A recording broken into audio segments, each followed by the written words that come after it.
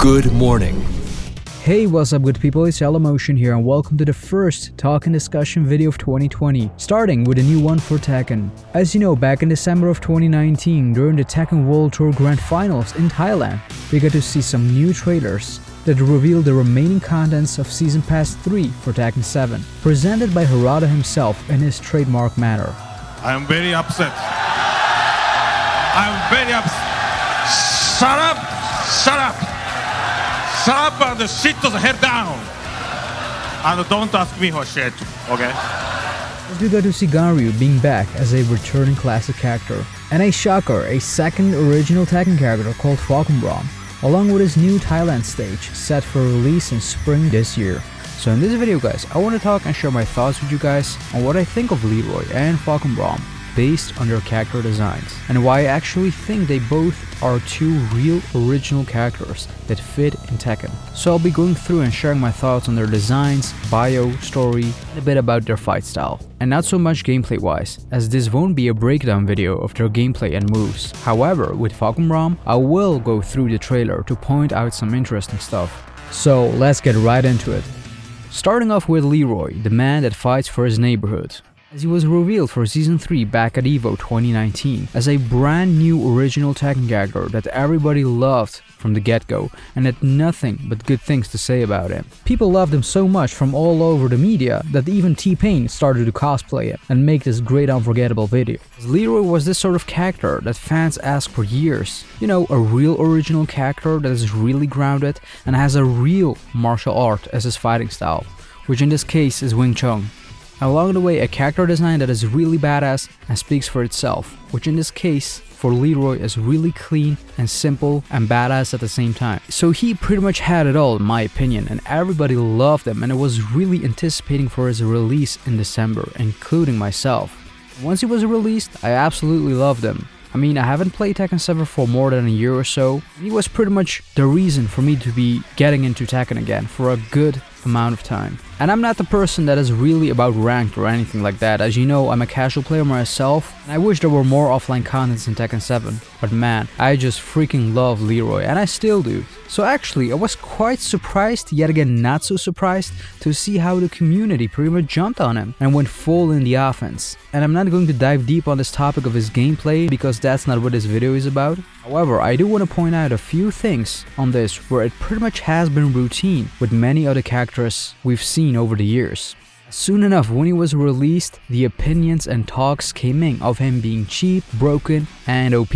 Pretty much for me hearing the same stuff over and over again, just like with every character released before or after launch. So whether it has been with the new characters, such as Akuma, Katarina, Claudio, or Elisa, or the guest characters post-launch, such as Geese, Noctis, Negan, and now Leroy. Fact is that with each character release, there's always not one, but multiple things not right, where things eventually get fixed in an update. As usually with most of these character releases, they tend to be strong, so that the devs pretty much can see how the community reacts to them, decide what actually needs to be fixed and nerfed. And in some cases, barely anything has to be done. And I do think that with a great anticipation towards Leroy and his release, not just by the fans, they simply didn't want to disappoint. And yes, he is a very strong character with a very good moveset that is fairly easy to adapt to. But to call him straight out trash just for that?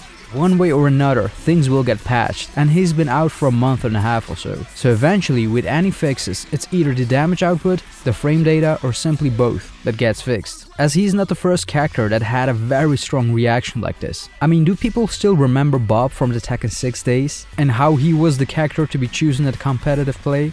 But look, hey, I do get it, I do understand it. Tekken 7 being the game nowadays primarily focused on gameplay and competitive play, I'm not surprised that for many he has so-called ruined the game. But hey, if there's anything I've learned is that it's just temporary and every character has its shining moment. Because you know, Fahkumram is just around the corner.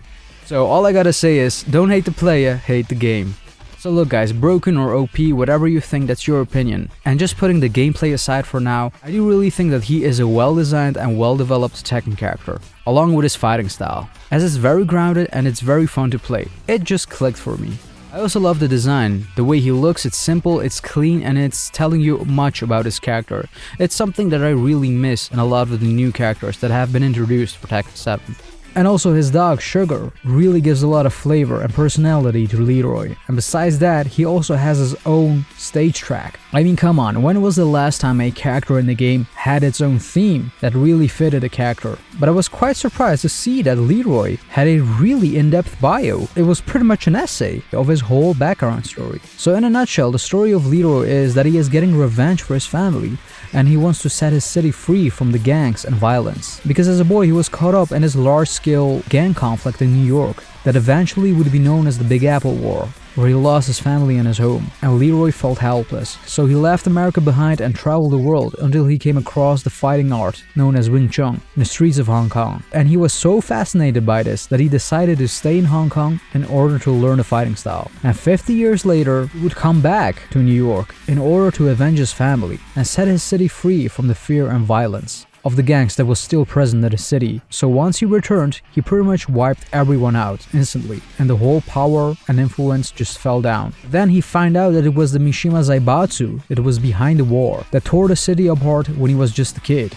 And so learning about this and who was the head of the Mishima Zaibatsu, in this case Heihachi, Leroy decided to enter the King of Arthas tournament to go after Heihachi, which was organized by the Zaibatsu itself.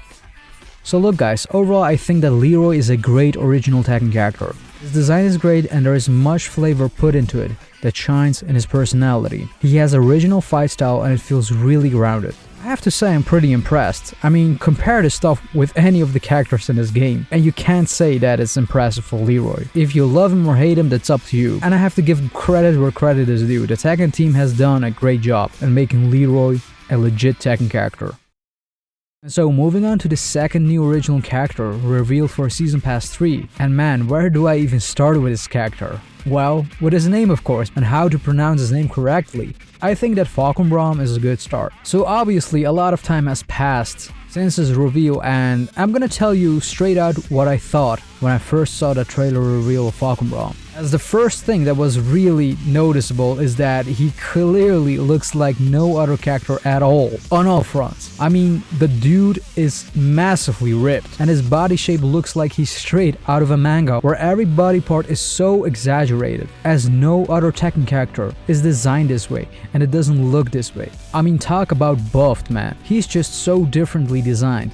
And he clearly gives a lot of vibes to many references to other characters, as most notably, he clearly is now the Sagat of Tekken, as this is a true character from Thailand that is just like Sagat, the true emperor, or in this case the true king of Muay Thai boxing. But the way he was locked up in that cage, or chain, whatever you want to call it, and how he was being set free and unleashed really reminded me of the character Koshmar. It was also introduced in a similar way to fight Boyka. You know, that movie with Scott Adkins.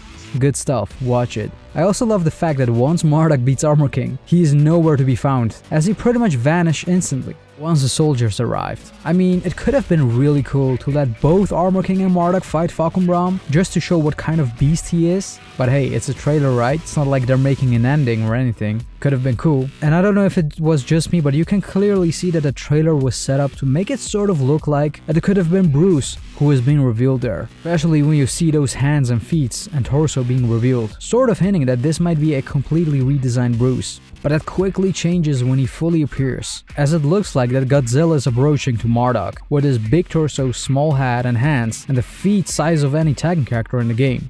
But that quickly changes when he fully appears, how it seems to be this big tall killing machine not to be fucked with. And that illusion immediately changes when we see him alongside Marduk. And it's quite funny if you ask me, because he has more or less the same length as Marduk, maybe even a tiny bit smaller, who knows. Now Marduk is also a big dude, so having Fahkumram next to him makes him look normal.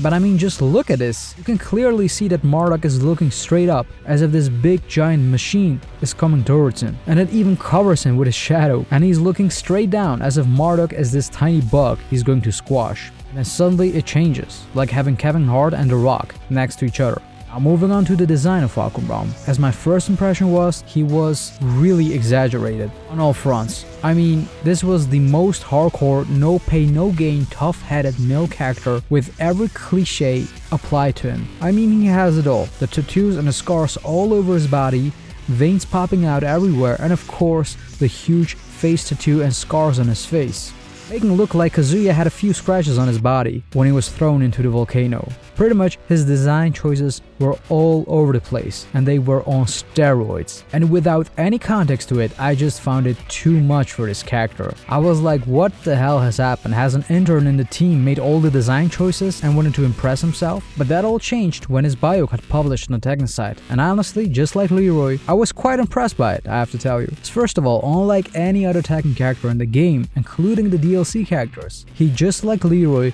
got a full 400-word essay on the history and background, on who this character is, what has happened to him, and why he's now in this game and pretty much participating into the tournament. And obviously we won't see any of that in the game, but somehow the devs decided, just like Leroy, to put some effort into this background and story. So the story goes as follows. Fahkumram was once his country's greatest hero, a legendary Muay Thai fighter, showing remarkable talent from an early age. But something tragic happened at the age of 12 because he was struck by lightning, and he merely managed to recover, being on the brink of death for days. But he recovered, and eventually he developed a mighty physique and would grow over 2 meters tall. He pretty much became a Muay Thai champion by the time he was 18. And at his height of his career, he married and he was going to have a daughter. But then at the age of 24, his life took a dramatic turn for the worse, as he was approached by a group of unknown men that offered him a massive amount of money to lose his next fight. And he was threatened if he wouldn't follow orders. But Fahkumram didn't want to be part of this corruption. So he thought, nah, I'm gonna win this fight, and knocked out his opponent with a single blow. But little did he realize what he had actually done, as the gang attacked Fahkumram and tried to murder him.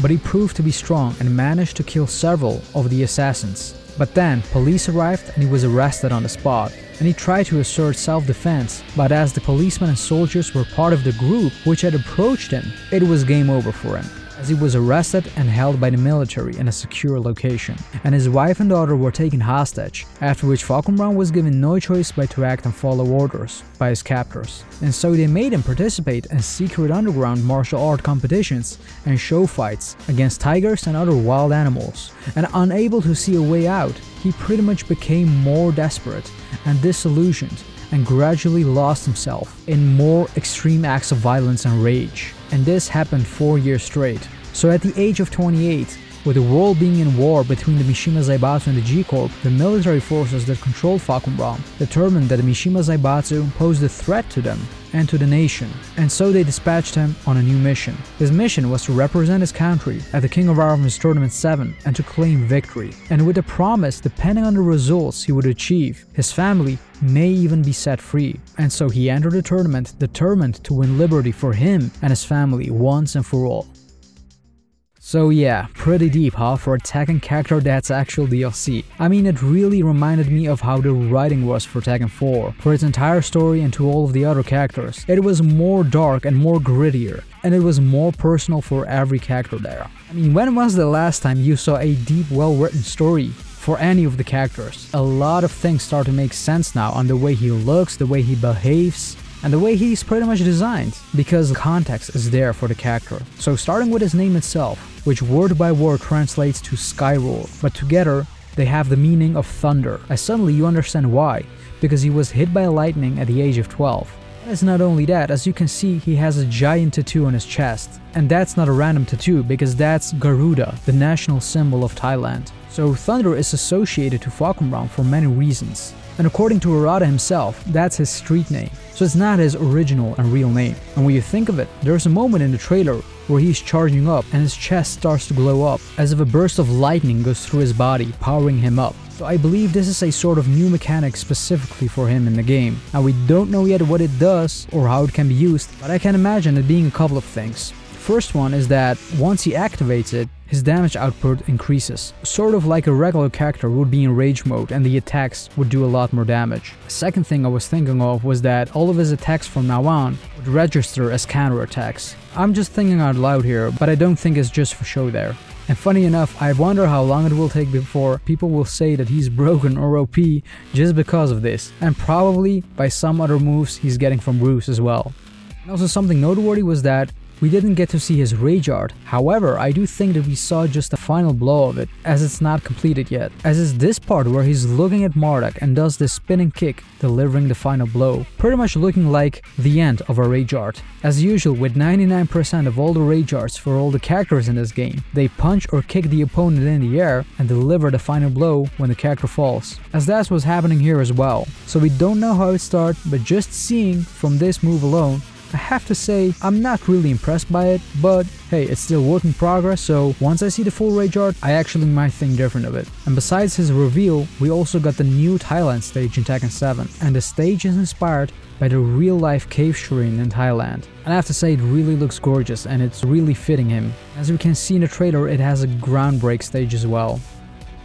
So yeah guys, if there's anything I have to say is that I'm quite impressed with these two new original characters for Tekken 7, as they are here just as DLC characters to begin with. You can see what a bio and a backstory does to a character, as it puts logic and context into it, for you to understand why a character looks the way he does in a specific way. If that wouldn't be the case with Fahkumram, I wouldn't have embraced him as much as I do now. He pretty much is a family man, pretty much doing anything to get his family back. As opposed, you would think that he's just this brute killing machine with no emotion at all. And they both have a real bio and backstory to back it all up. So it really solidifies them as characters in Tekken for a reason, unlike many of the new characters we've seen over the years, who are there for pretty much no real purpose or reason. It surely feels they are putting more effort in making these characters good on all fronts. And what I also think is that these two characters, to me, really feel like they don't belong in Tekken 7, but more for the next installment, Tekken 8,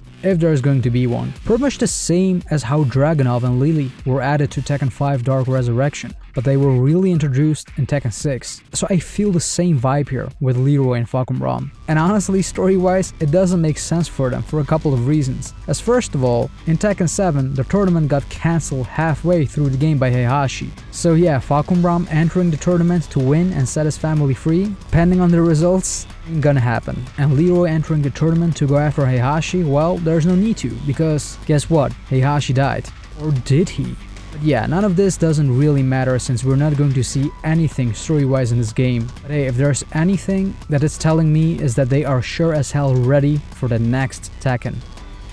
So there you have it guys, I think I've talked enough about Tekken today, and I'd like to hear from you. What do you think of Leroy, not just as gameplay, but as a character? And especially, what do you think of Fahkumram, now that you know more about him, and are you looking forward to his playstyle? Do you think he will be broken or not? Whatever you think man, be sure to share your thoughts in the comments below. And as always guys, if you enjoyed this video then please give it a like and share it, as it helps me greatly. And also make sure to subscribe to my channel and hit that bell to be notified every time I upload a new video. And if you want to get updates and get connected, you can follow me at YellowMotion on social media. Now that'll do it for me guys for this one. Thanks a lot for being here and thanks a lot for watching. I see you guys in the next one. Peace!